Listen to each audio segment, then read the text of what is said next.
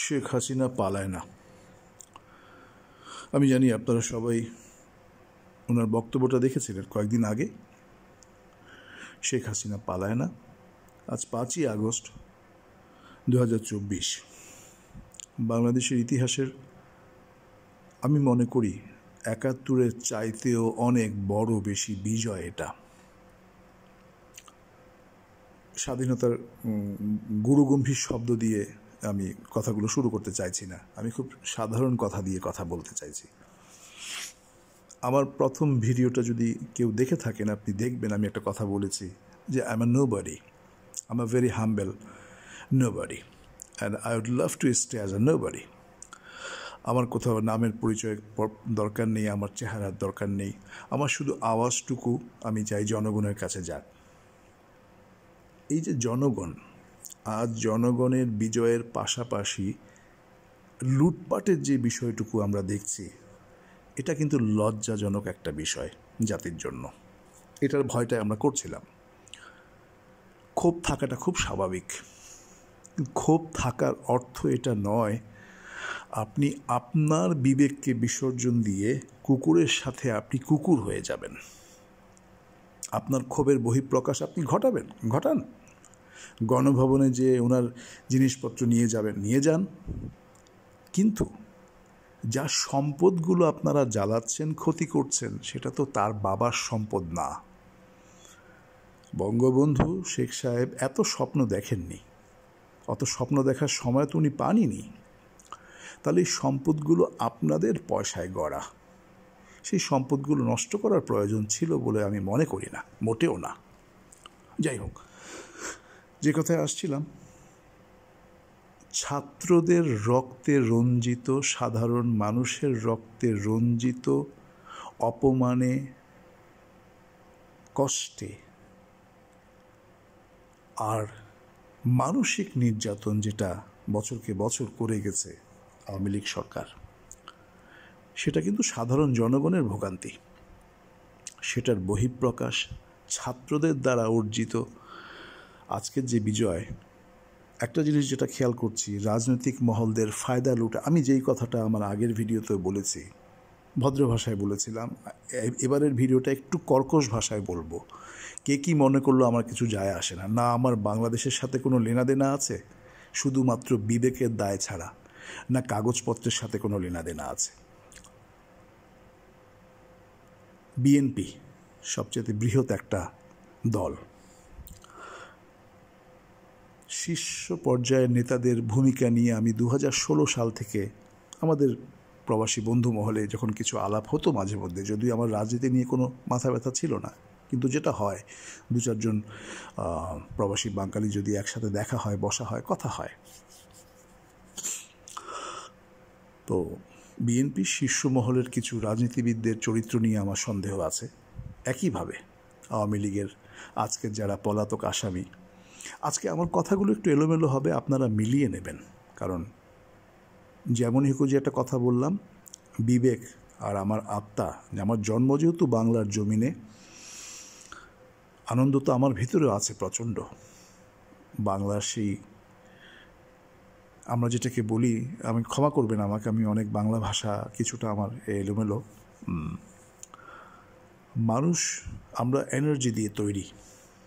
ধর্মের ভাষায় আমরা রু বলি। আপনি যদি এটাকে একটু ভাঙেন তাহলে আমরা বেসিক্যালি উই আর এনার্জি।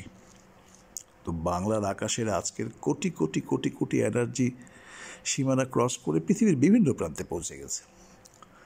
কারণ এনার্জি তো আর ভিসা টিকিট লাগে না, ও সময়ের গতির চাইতেও অনেক দ্রুত দৌড়ায়।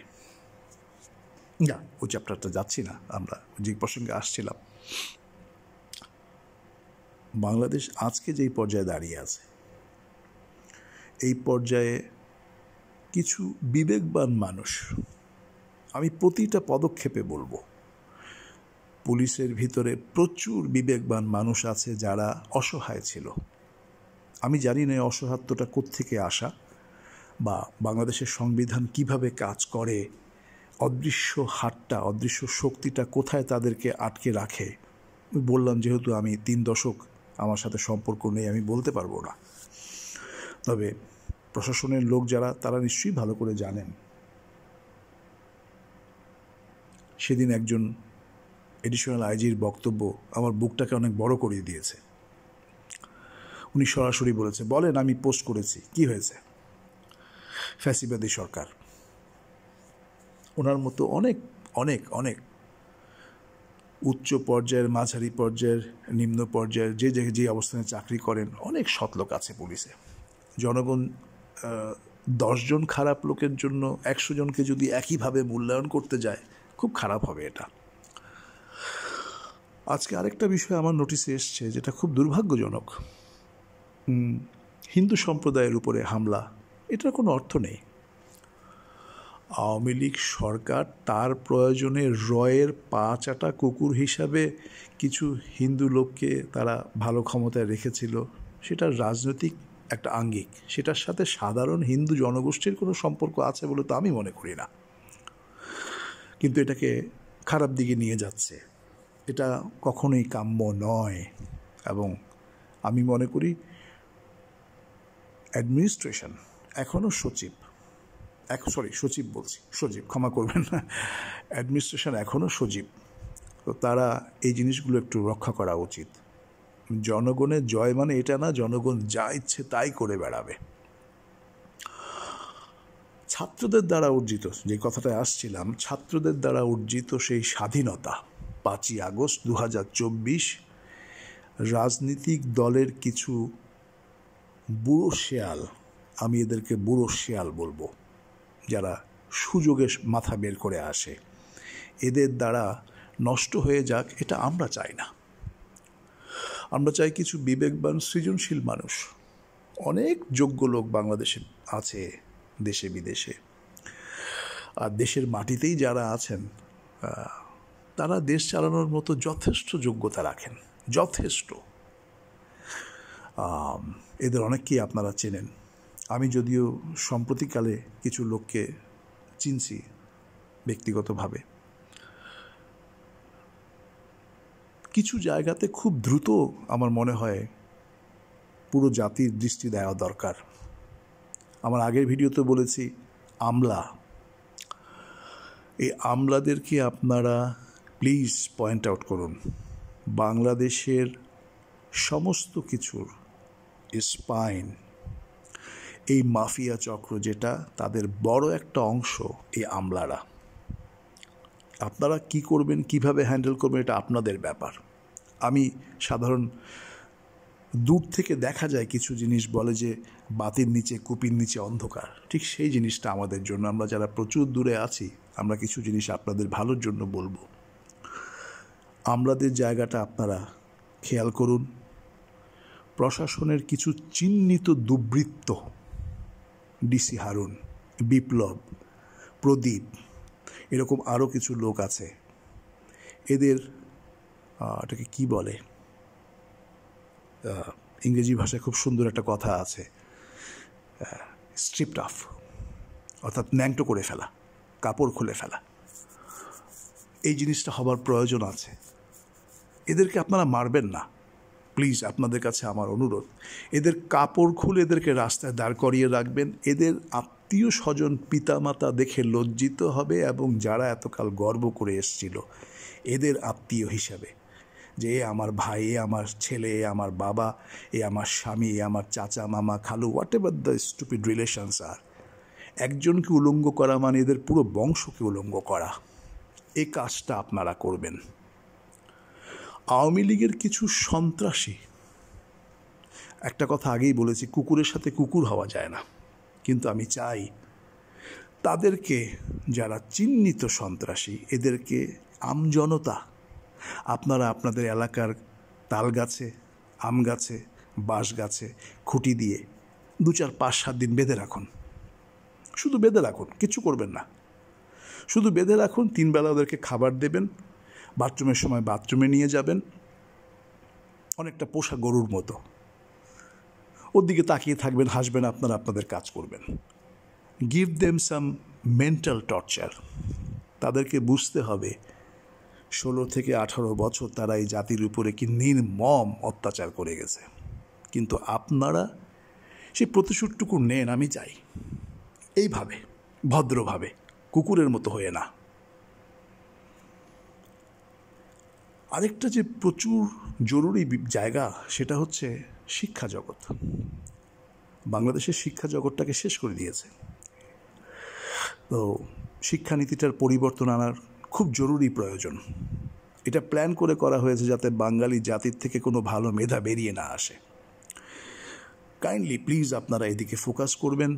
এডুকেশন সিস্টেম এটাকে রেজুভেনেট করেন, নতুন করে ইতিহাসগুলো আবার পরিবর্তন করে সঠিক ইতিহাসগুলো ওখানে ঢুকবে, সঠিক শিক্ষা ব্যবস্থাটুকু ফিরিয়ে আনুন। এটা আপনাদের কাছে আমার করজোড়ে অনুরোধ। সুষ্ঠু জাতি, শিক্ষিত জাতি আর একটা ভালো মা, এই শব্দগুলো আমরা সবাই জানি। আমাদের দেশের মাদের তো আমার শ্রদ্ধায় মাথা অবনত হয়ে আসে। এবার মারা যা দেখিয়েছে,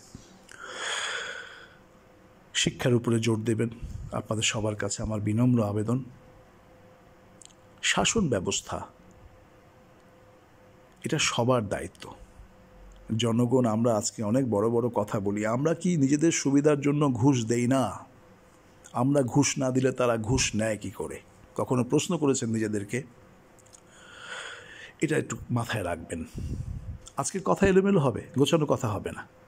জয়ের আনন্দ আর কিছু এই যে যা দেখছি চারিদিকের বিশৃঙ্খলা, এগুলোর থেকে কিছু দেশপ্রেম থেকে রক্তের দাবিতে, আর কিছুই না।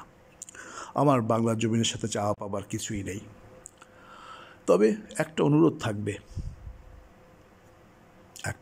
থাকবে, পুরনো কোনো রাজনৈতিক দলকে আমরা দেখতে চাই না।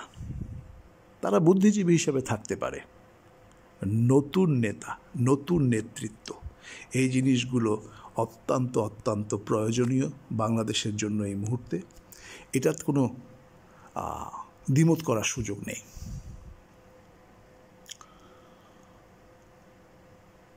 অনেক কথা বলতে ইচ্ছা করছে, মনে হচ্ছে উড়ে চলে যাই, বাংলার জমিনে যেয়ে দাঁড়াই,